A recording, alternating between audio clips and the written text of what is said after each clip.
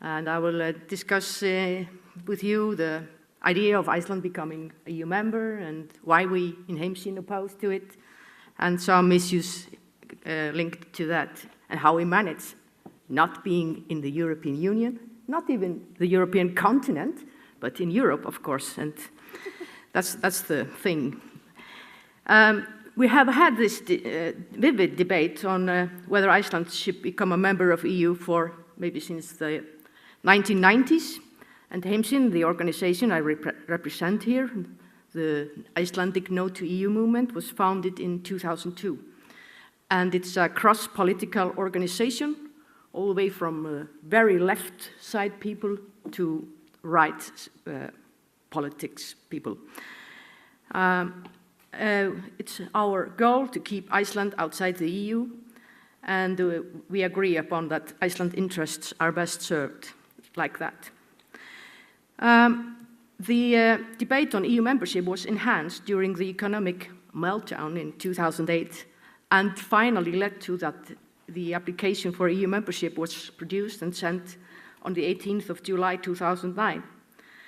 Its creation, however, was first and foremost to be traced to the malicious political debate which followed the collapse of the Icelandic banks in 2008. In effect, there was no majority for the membership application in July 2009 in the Icelandic Parliament. And it must actually be a world record that the Parliament in a democratic country reached such a decision in only 7 weeks. Furthermore, without a broad support from the public and the necessary democratic debate having taken place. For the coming years, the debate on EU remained fierce. The leadership of Heimssyn, together with other influencers, such as the Farmers' Organization, and not to mention the Minister of Fisheries and Agriculture at the time, Mr. Erna Bjarnadóttir, were in particular critical about the term negotiation. The process that the 4 countries which held a national referendum on EU membership in 1994 is no longer on offer. The EU itself describes the current process on its website, underlining that the term negotiation can be misleading.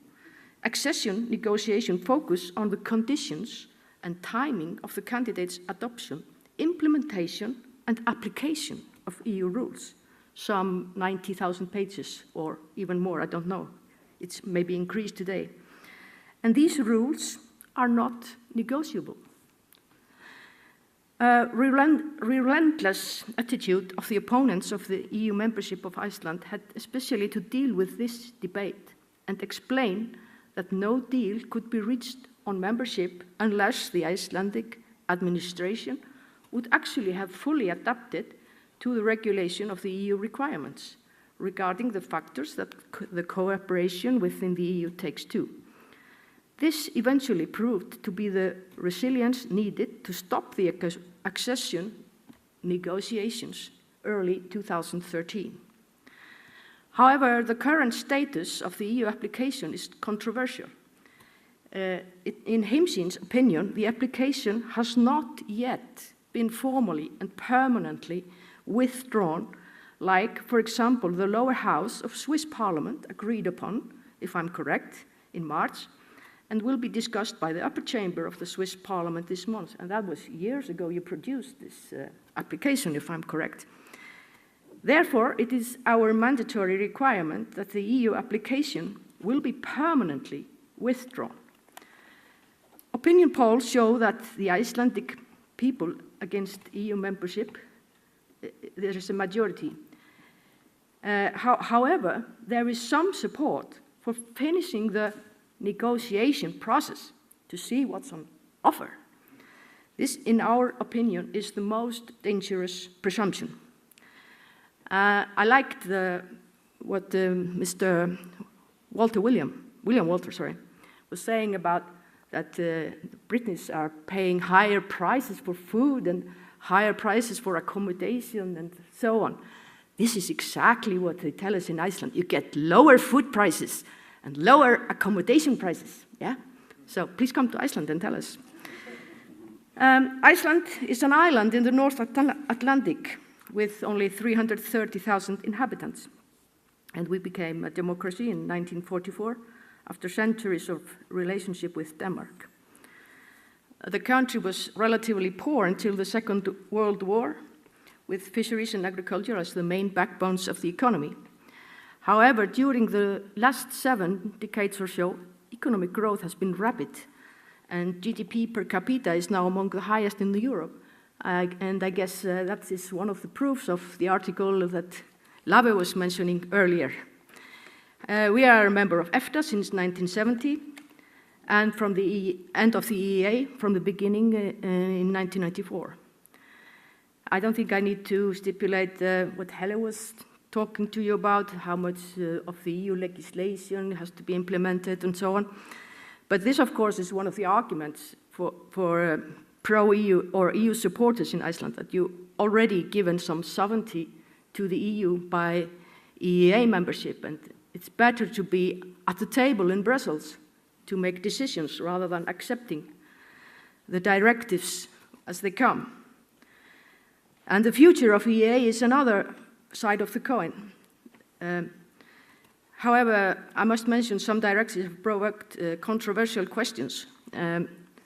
For example, on the fundamental differences between the sparsely populated northern countries and the large economies in Central Europe. I would perhaps mention the Post Directive as an example. And since April now in Iceland, farms in the remote regions maybe receive their mail 2 or 3 times a week.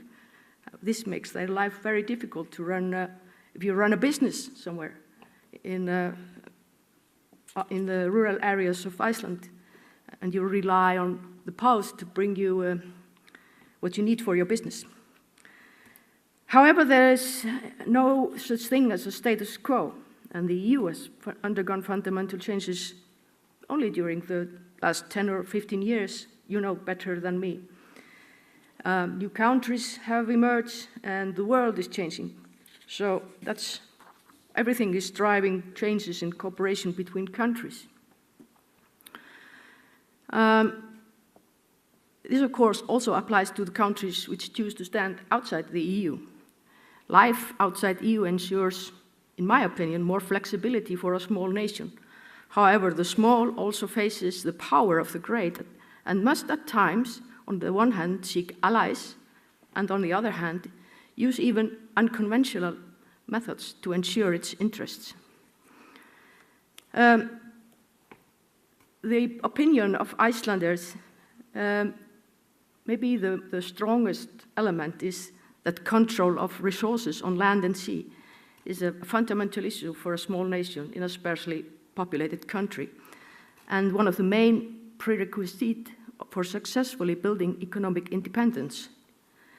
It is a fundamental principle in the EU that the EU institutions have the final word about the conservation of marine resources in accordance with the common fisheries policy. All the talk that Iceland can obtain a permanent derogation from this principle is an irresponsible propaganda. Iceland's jurisdiction over marine resources around the country is 7 times larger than the country itself. EU would get the final word about quotas, fishing species, fishing grounds, and fishing time. Right of future generation to fishing banks would be put at great risk if Iceland was to become an EU member. The EU is changing, and this trend does not stop regardless of Iceland joining the EU or not. It is furthermore expected that the rules on the marine and energy resources will change in the future. EU membership requires the opening up to foreign investment in fisheries. Fishing rights, quotas would be concentrated or could become concentrated on foreign hands and so on. Agriculture in Iceland is also fundamentally different from the European agriculture. The climate, soil, and livestock are unique, at least in our opinion. Both fisheries and agriculture are beyond the scope of the EEA, as already mentioned. However, for example, the implementation of the Food Directive has crystallized the delegation of sovereignty which the EEA involves.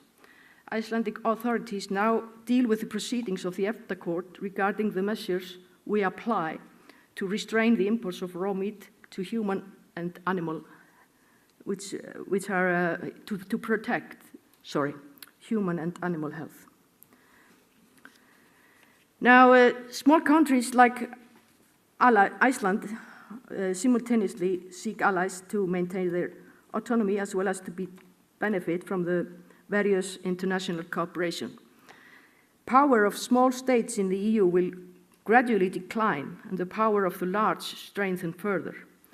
Therefore, the smaller a country is, the greater is the loss of sovereignty. This would particularly apply to Iceland due to the importance of the fishing industry for the economy, and our energy sources are significant and underutilized.